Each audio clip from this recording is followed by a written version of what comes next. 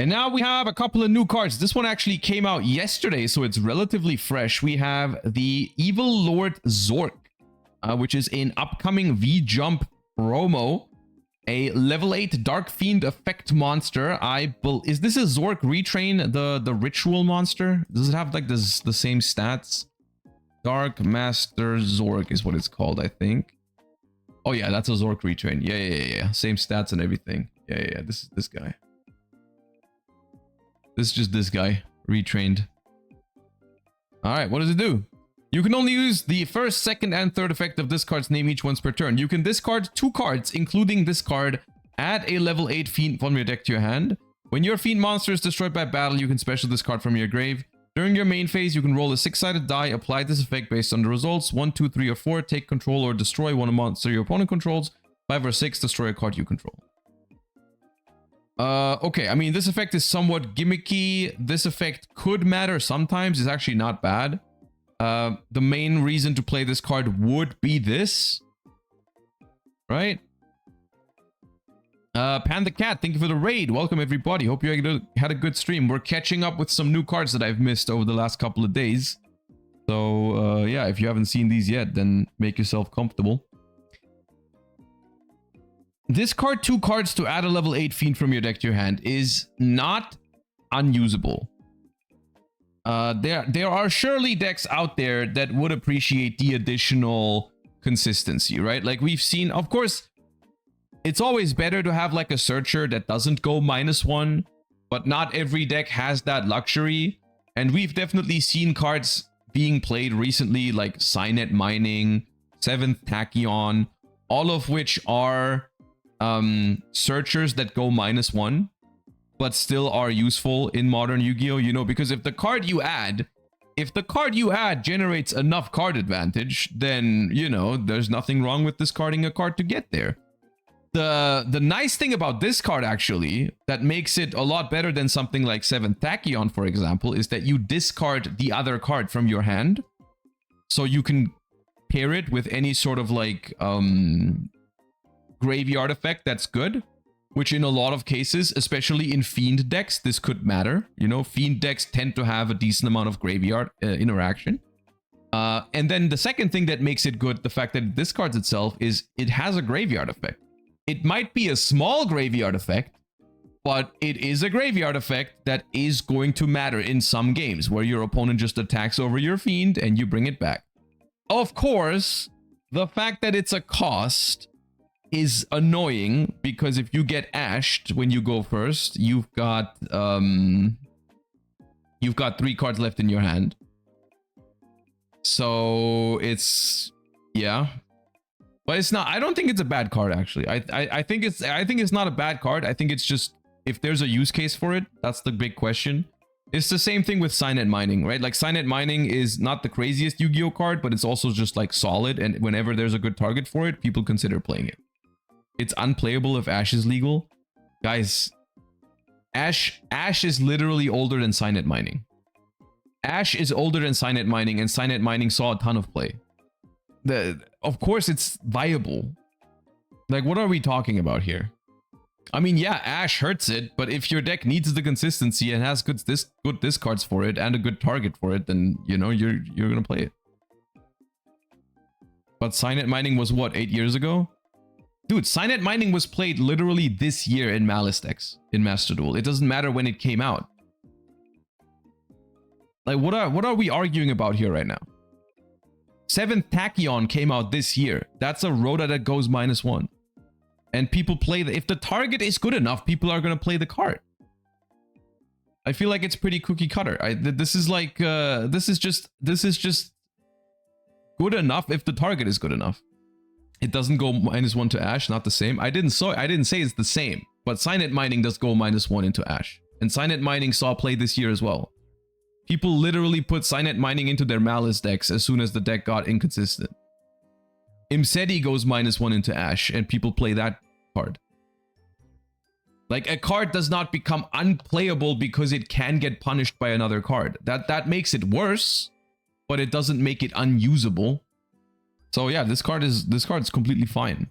I don't know what you're on about. I'm not saying it's a crazy good card either. I'm just saying it's playable.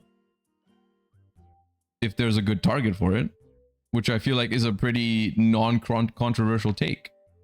Sorry to tell you this, but 7th Tachyon is from 2025.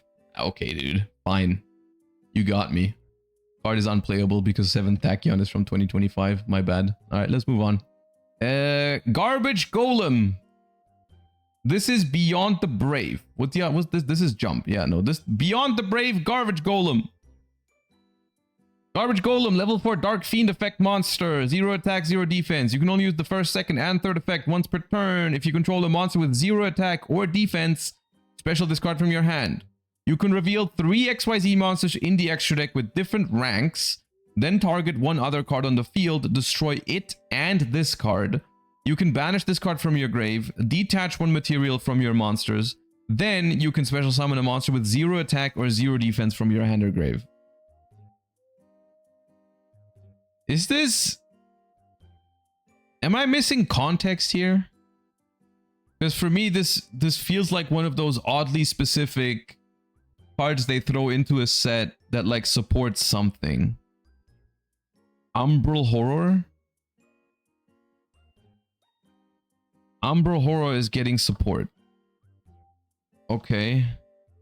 Did I read that support already, or is that still to be revealed? Yubel Unchained too? Guys, this card is not good in Yubel or Unchained. They're not that desperate for a card that like destroys a card.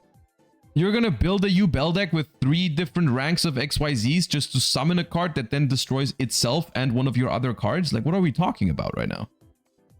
Both of those decks have infinite tools. They literally have a Grave Squirmer that can special summon itself far easier and destroy one of your own cards without destroying itself, and they didn't even play 3 copies of that. How the hell are we talking about like using this card in Yubel? No one is going to play that card in Yubel. This okay, so people in chat are saying the Umbral Horror, whatever that means, has not been revealed yet. So I find it really hard to evaluate this card in that context. To me, this just feels like a mediocre card. Nothing I've read makes me think like, oh yeah, this is good. Because we are way past the point where just a way to extend from hand without doing anything else is good. This is not great because you get a pop on their card and this, but if this didn't destroy itself, maybe, but it does destroy itself. And then this is a very specific effect that probably rarely does much. So it's, I think the name is accurate. Let's say it like that. Okay. Spell Power Attainment. Quick play spell card. You can only activate a card with this card's name once per turn. Add 1 card that mentions spell counters from deck or grave to your hand, except Spell Power Attainment. Then, if you control a level 7 or higher Endymion monster card, you can remove any number of spell cards from your field, and if you do, negate the effects of that many face-up cards your opponent controls, and if you do that, destroy them. Okay, this one is pretty easy to evaluate. This card is good. This card is good, but I don't know if it goes into a good deck. You know what I mean? Like, obviously, a quick play Rhoda can never be bad. It's just the question of, like, what targets are there for this? Is there a deck that wants to search those targets? If the answer is yes, then this card is going to go into that deck. And then we see if the deck is now better than before.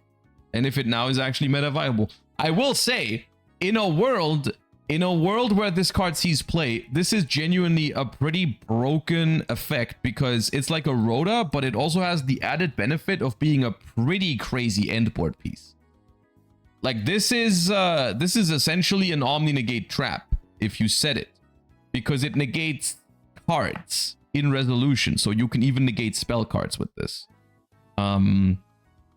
Which is pretty busted in the right deck. This feels like Ketu if it was badly designed. It's like it's a good point because the design on this card is pretty bad just from a balancing perspective, right? Because this card is a Rhoda with a bonus, but the bonus is when you go first. Whereas on Ketu, the bonus is when you go second. So it's like it's pretty poor. It's pretty poor design wise in that sense. It's just like, oh yeah, and it gets even crazier when you think about which archetype this goes into, because it's like the Pendulum Endymion slop deck that already has like infinite Omni Negates on the end board. Hopefully this card doesn't make it good. It probably won't. Endymion is still ass, don't worry. Yeah, I'm not too worried about it, but I'm still questioning like who thought that this was a good idea. You know, it's just like, okay, yeah, this deck that's completely busted going first already when it gets set up. Let's give it a Rhoda that also negates more cards when you go first. It's like, okay, dude. But I hope it does. I hope it just doesn't matter. I hope it just doesn't matter. But yeah. Have the Pendulum Endymions ever been reprinted? I wouldn't know. I would assume that they've at least had like Mega Pack reprints, because most of them came out in a time when we still had the Megatins, right? So they probably have some Megatin reprints, I think. But I'm not too big into the Endymion print situation. Doesn't really affect me that much.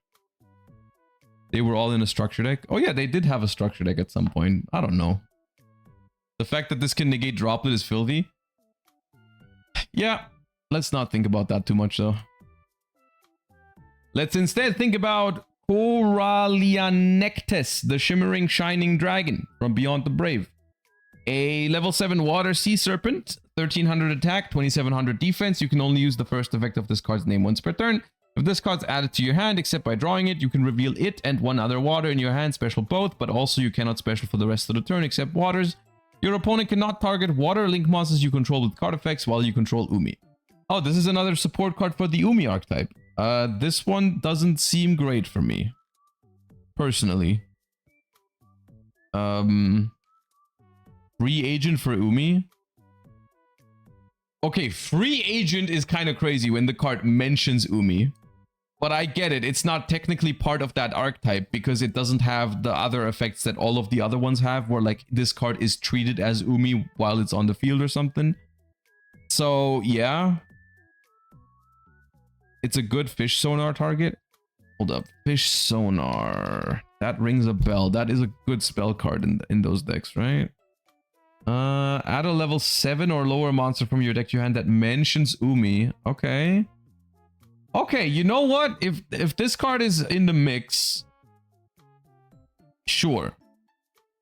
I could see this being like a one-of. Because then, if you have, let's say you have a monster in your hand and you would like to special summon it, you can just fish sonar for this and then summon both. And then you get some targeting protection as well. Okay. Sure. It is a water sea serpent, which means that Atlantean Dragoons can also search it. If you ever want to summon more waters from your hand in an Atlantean deck. It still doesn't really blow my mind. Like it's fine. Just another engine requirement. Like the worst thing about this card is it does absolutely nothing if you draw it. It's just that this card is like, and I hate these kind of cards. I just hate them from a design perspective. Because I feel like it introduces unnecessary frustrations into the games where you just like have a card in your deck that you're just going to be pissed about when you draw it. But of course, because, you know, the tournaments are long, it's just going to ruin a couple games. Statistically, you are going to draw it, and it's just, no, it's just annoying to me when they do this. I feel like Yu-Gi-Oh! Shouldn't have too many of these kind of cards. So, yeah. Just shuffle it back with Moray of Greed. True. Actually, very true. This one, I have been informed that I'm going to be really happy when I read this card. And I haven't yet. But I've been informed that this is a card for me. This is a certified Josh card, I've been told. And of course, that does mean it is a normal trap card. So I have very high hopes. I have very high hopes on this card. The artwork's also pretty cool. And it is called the Corpse Seller Crow. Normal trap card. Send cards from the top of... Okay, we're talking. Send cards from the top of your deck to the graveyard up to the number of traps in the graveyards with different names +1. Max 4. Then you can apply one of these effects. Special summon a monster sent to the graveyard, or set one of those spell traps sent to the graveyard except Corpse Crow. If it's a quick play spell or a trap, it can be activated this turn. Okay. Okay. I do like this card. I do like this card. That is awesome. Not once per turn? Yeah, of course not. Why would they make it once per turn? It's a normal trap card, man. Let us have something, man. This is Paleo support. This is actually Paleo support. I have no idea why the cowards have limited to a maximum of 4. That, I will say, that is coward behavior. But this card is great in Paleo. I have good and I have bad news. Well, the good news is it's good in Paleo. That was the good news already. The bad news is it's only good in Paleo. But that doesn't matter because it's good in Paleo, so we're happy. But another set of bad news is that I don't know, like, here's the thing. As much as I love Paleo, I don't know if Paleo will ever be viable again from a competitive perspective. With the way the game has developed, with the way Yu-Gi-Oh is being played, also including like the new time rules and everything. I mean, every time rule is bad for Paleo. The previous time rules were also bad for Paleo because you would pay like down to like 200 life points with transaction rollback. But like, Paleo is just really slow, so you're probably double lossing a lot. And just in general, going second is always going to be hard. But yes, this card is good in Paleo. This is almost, I want to say, a better Needlebug Nest. By a lot, actually. This is, in most cases, unless if it's the opening turn and you have no traps in the graveyard yet, this is pretty much just a better Needlebug Nest. You would probably play both. I'm not saying it replaces Needlebug Nest, but this card is awesome in Paleo. Absolutely. Because you're going to trigger a Paleo when you activate it. You're going to get another trap. You're going to get some mills. It's kind of like, yeah, it is kind of like Needlebug Nest hitting a Backjack. Yeah, that's a good comparison, actually. Which does feel really good when it happens. So, that's awesome. Is it useless in Odeon? I hope so. I don't care about Odeon. I have no complaints about this card. This is literally this is a perfect Paleo support card. It's a perfect Paleo support card. And I love it. And it's cool. It's especially cool because it goes exactly, like, it fits perfectly into the deck. Like it reminds me of Trapaholic. Like, Trapaholic was also perfect for Paleo. And the more of these they make, the more likely I am to just run it back with Paleo at locals at some point. And even though I'm probably gonna get like double losses out the wazoo, this is a card that makes me want to pick up Paleo again. It's nice in Asutra, I guess. I don't know if it's nice in Asutra, but maybe. I don't really see this card make it anywhere else other than Paleo, but maybe I'm wrong about that. Trapaholic onto this card is also kind of crazy. I mean, yeah, if you chain Trapaholic to this card, then you are gonna get one more mill in the early stages of the game because you're gonna have one more trap in the graveyard on resolution. Yeah, that's true. So yeah. Can this be a good Labyrinth card? It doesn't suck in Labyrinth, but the thing is, Labyrinth typically is just fine the way it is already. I don't know, like, I don't know if this replaces other cards in Lab, because Lab doesn't really have consistency issues if it wants to, so you have enough ways to get going with Labyrinth. Labyrinth also doesn't usually have that many crazy good mills. Like, yeah, sure, you can hit like a Welcome Lab or a Big Welcome or one of the furnitures, but usually you have all of those in rotation anyways. And you don't really, I don't think you need this. It's not bad in it though. But yeah.